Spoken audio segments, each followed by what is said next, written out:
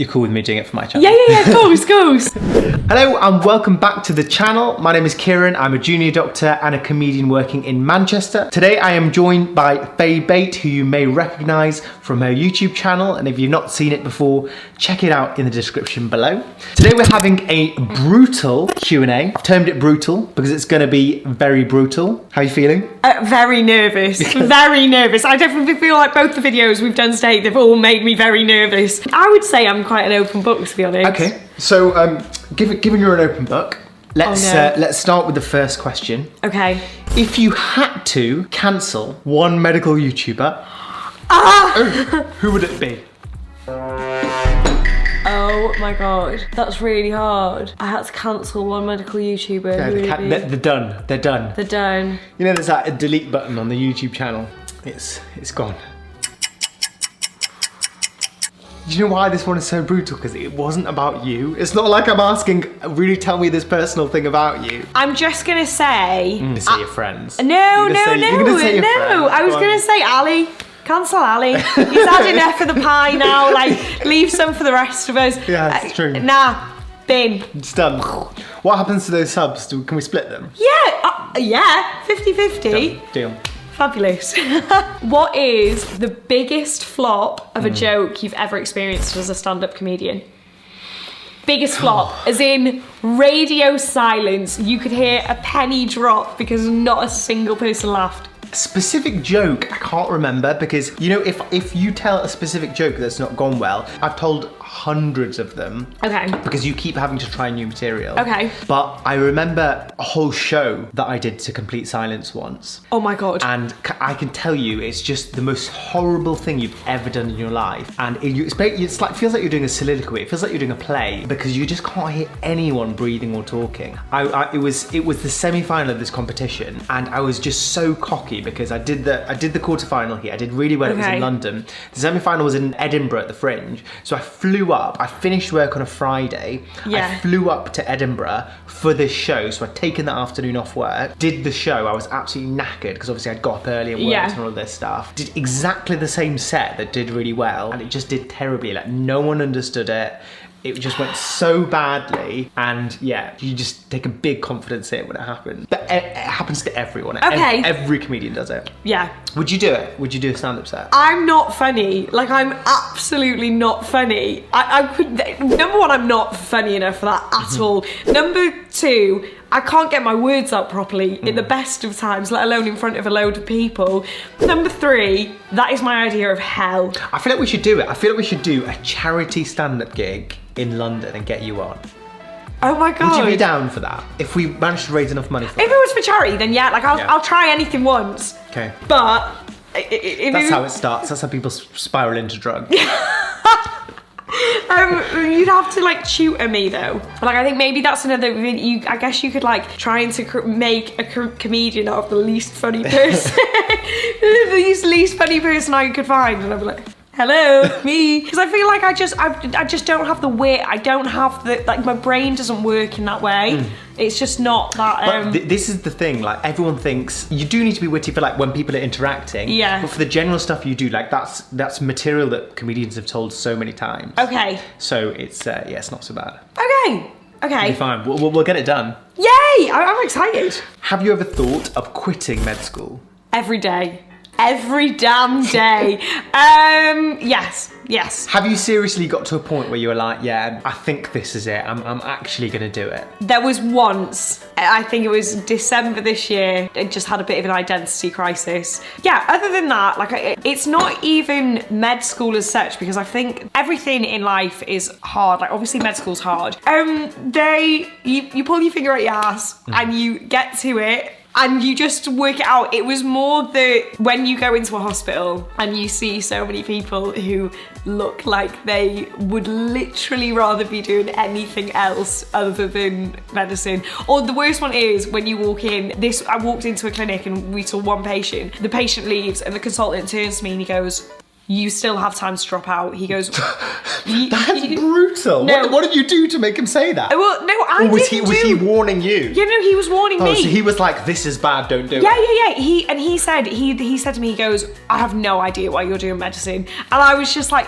when you hear that quite regularly, it's hard to stay motivated.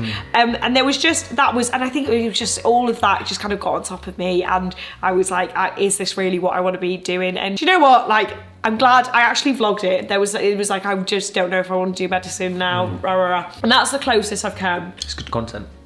Great content, absolutely. You make it clickbait and milk the shit out of it. Oh, sorry. I'm quitting med school. Yeah. Was that the title? I have used that title a fair few times. I'm sure if you search Faye Bate quitting medical school, I've used it a fair few times. To be fair, I feel like everyone has to have like some wobbles at some point. Like it's not easy. Like none of it's easy. No university degree is, and medicine's a long one, right? Exactly, and I think it's actually really it reaffirms your choices, and I think it's a really valuable experience to want to quit, because you do have to like weigh up the pros and weigh up the cons and really reevaluate it. And a lot of the time, actually, I found a lot more motivation coming out the other end, because I went, okay, I actually do want to do this. Okay, now we need to fall back in love with this, what you're pursuing with your life.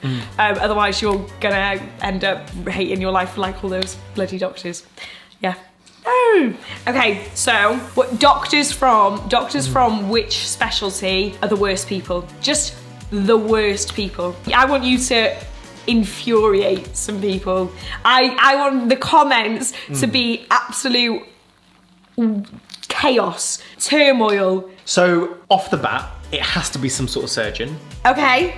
Because they're their own category. Yeah. And I think of them, it has to be orthopedic surgeons. Have you done orthopedics before? My dad's an orthopedic surgeon. Okay, no, I'm joking. That's quite funny. I'm going to be a comedian. Yeah, well, the reason I say that is because everyone seems to say orthopedic surgeons. My best friend, her dad is an orthopedic surgeon. So it happened to her where they were slating orthopedics, and then they said to her, any medics in the family, as like the doctors always do, and she was like, yeah, and they go, like mum or dad, like doctor, and she goes, yeah, doctor, and you go, what doctor, and she goes, orthopedic surgeon. What it is that orthopedics is like an old boys club, and I've done it twice. So I've done it for almost a year now. Yeah.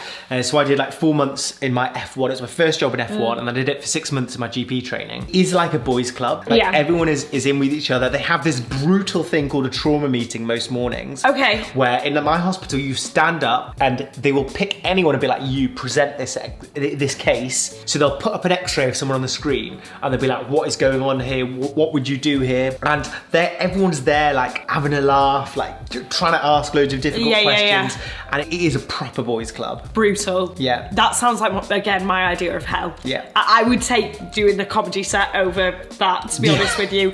It almost is a comedy set, honestly. Like, the questions are that difficult, it becomes hard. What an interesting concept, eh? I'm sure you could do like get plenty of material from that, like a little sketch of a trauma meeting. Good, definitely. So, do you regret making any videos with your ex? Yes! Because the perception I have is, right, you're in a relationship, you put a lot of it online, you've got videos, about this and this, this is my boyfriend, it's all of this stuff, and then you break up. Yeah. Is it then awkward that content is on there? Yes. And that your current and future partners are going to be able to look at that? Yes, 100%. But will I learn? No. No, because I literally, in my head, I literally thought, I was like, I'm never putting a boy on social media ever again. I'm not doing YouTube videos with them. I'm not posting them on my Instagram. I'm keeping it completely private. Like, quiet life is a happy life. Nothing, yeah? Because when me and this person broke up... I like that you're not even... No. When me and this person broke up, immediately, we'd been broken up a week, yeah? And people were already commenting, going, has she broken up with him? Has she broken up with him? I'm there, in bed, with my Haagen-Dazs and, like, grilled up in a ball. And people are going, has she broken up with him? Has she broken up? I'm like, leave me be. Please, just let me be for a little bit. So, I was like, I'm keeping it private, I only went and posted my new boyfriend on my Instagram stories today. I know. I was going to out you with that, by the way. I was going to wait. I was going to tell the people exactly what happened today. And I was like, I was like, an Instagram story, that's a bit different. I said, I'm not going to tag him. I'm just Instagram story.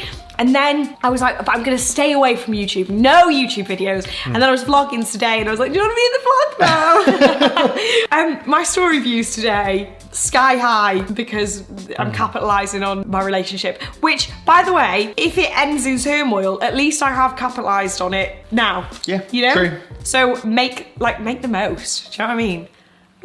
What is similar to my first question? What is the biggest flop you've ever experienced as a doctor? The biggest failure, fall flat on your face with your hands tied behind your back failure. Like embarrassing moment. Like, have you ever, as a consultant, ever like asked you I've had it where a consultant's asked me a really basic question in front of a lot of people, and you know when you just don't know anything? Yeah, I have. And it was actually in orthopedics, and I remember this one question because I turned up to this clinic, and sometimes, bear in mind, I'd done orthopedics for a number of years. Okay. Right, it'd been 3 years since I'd done it properly. And I turned up to this clinic, and the clinic that was on was a different one to the one I thought was gonna be on. And it was like my second day starting it, I was in the clinic. And he got up an x-ray of the arm. Okay. And he was sort of pointing at structures. Yeah. And I didn't know what any of them were. Yeah. And then he pointed to what was clearly like the edge of the elbow. Yeah. And he was like, you don't know very much about bones, do you? And I was like, no, I'm really sorry. Like, I should have read up more. And he was like, what's this? And pointed to that on the x-ray. Do you know what that is? Like the electronon. Yeah. So got there in the end. I didn't even know the name of it. Okay. So he was like, what's this? And I was like, did you say elbow? no, I just didn't know. I was like, really sorry. So you I just don't didn't know. say anything? No, I just said I don't know. I was like, I don't know. And he's like, okay.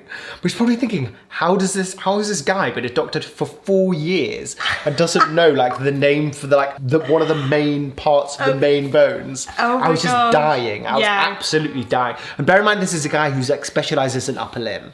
Okay. So like he just does this. Like he lives and breathes upper limb. Yeah. And he's got this idiot in his clinic kid. who doesn't know what the elbow is, and like the medical name for it. So I was just like absolutely dead. I couldn't face him after that. Do you know what? There is just something about, you know, when you get put on the spot and Yeah. you get absolutely annihilated by him. Sometimes you do it though, and then you get it right, and you feel so good. Or you can have a guess Yeah. because you know some of the bits around it, and you can Yeah. kind of fluff it out. Okay. With this, I didn't know any of the other bits around it either because I just didn't know anything about it. Yeah. Do you think medicine is sexist? Yes, but like I don't think any more or any less than like sexism that exists just in general. So in what way? Okay, so I would say that number one, I'd say there still isn't enough that's really done for like helping women who are, you know, career progression for women who like want to have families. And like I think you're starting to see that now with, say, part-time training being more widely available for, you know, lots of different specialties, or like better programs. That's what I'm trying to say. So I feel like it's getting better. There's that. There is also the just outwardly very sexist things that people will say to your face.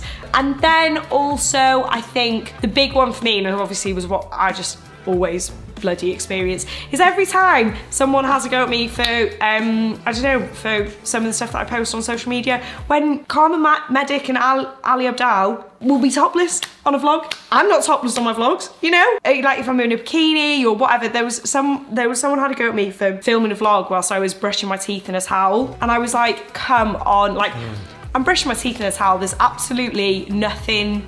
It's not there's not provocative. Really there's nothing sexual about brushing your teeth. I had toothpaste dribbling down my face. Like, what do you think I'm trying to achieve by like post? You know, like Yeah. So just things like that, the sexism kind of jumps out. But then you experience that in so much other areas. Would you agree? Would you not agree? Yeah, I agree. Yeah. I agree. I've often seen, obviously, there's like the institutional part. Yeah. Like through med school and through like maybe opportunities not coming as they do for others. Yeah. And then also you kind of got the patient side of it as well. In that I have seen on so many occasions patients asking a female doctor where the doctors are. Yes. And things like that. The one thing that always gets me, and my mum's a nurse, my nan is a nurse, this isn't a dig dig at nurses at all. So many times, I would say over 70% of the time when someone goes, oh, like, what are you doing at uni? And I say, oh, like, I'm doing medicine. And they go, oh, so you're going to be a nurse? I've just said I'm doing, like, medicine. Like, if I was a boy and I said, oh, I'm doing medicine, then you'd go, oh, you're going to be a doctor. But they always go, oh, so you're going to be a nurse? I go, did I say that? No, like, no. I think partially that is probably as well because I'm not, maybe if you spoke to me, the first assumption wouldn't be that I'm going to be a doctor. But, so I think it's a woman thing, and it's also probably a Faye not being the most eloquent person thing. Yeah. You wake up tomorrow morning, yeah. Someone is standing there and they're saying, they've got a gun to your head and they're going, you have to pick medicine or comedy. If whatever you pick, you can't do ever for the rest of your life. What would you pick? I'd probably pick comedy, to be honest. Okay. If you'd asked me a year ago, I would have said medicine all day. But it's an extremely antisocial lifestyle being a comic, even more than being a doctor. Like, you think doctors do weekends and evenings, comics will do every weekend and every evening because that's their working time. Yeah. And you travel to like the arse end of the country to do like these shows. So you have to really, really love it to want to be able to do it full time. Yeah. And also like YouTube's the new mistress, so. Oh, I should have done Snog, Marry, Avoid, YouTube. That's a great one. Okay. Snog, Marry, Avoid, medicine, comedy, YouTube. I think it has to, so realistically, avoid comedy because it was a big phase of my life and I absolutely loved it. Yeah. But, I'm moving on to other things. Marry, I think, is YouTube. I think that's the long game now. Okay. And I'm into it. Love. And I think Snog medicine, it's okay at the moment. I'm enjoying it at the moment, but you know, I think there's other things that may be on the horizon. So just evaluating where I'm at. God, that's made medicine very raunchy. Yeah, Snog. I thought you were going to do Marry medicine and then Snog YouTube, but I like that. I like that perspective. Okay. We've got your ex-boyfriend Nabil. Yeah. We've got your best friend Sophie. Is that Sophie? Yeah. Yeah. And we have got your new boyfriend. Ah! Oh no. Oh, okay. Oh no. So I think I would. Okay, so obviously I would avoid my ex. Not because I'm fine with my ex, but obviously I can't pick him over my new boyfriend and Sophie. Like, so I'd avoid my ex. And then this is a difficult one. Do you know what? I actually think I'd marry Sophie and Snog my boyfriend.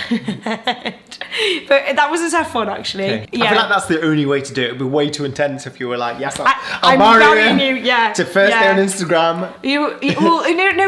So when we weren't even together, when I was in LA, I went out and I got like in LA. Oh. In LA. So I went out, had a couple of drinks. He was here, obviously the time difference. I sent him, we weren't together at this point. I sent him 30 text messages, 30. And then they were just like, you know, like drunk messages like, oh, like, you're just my favorite person ever. And then this was the middle of the day for him.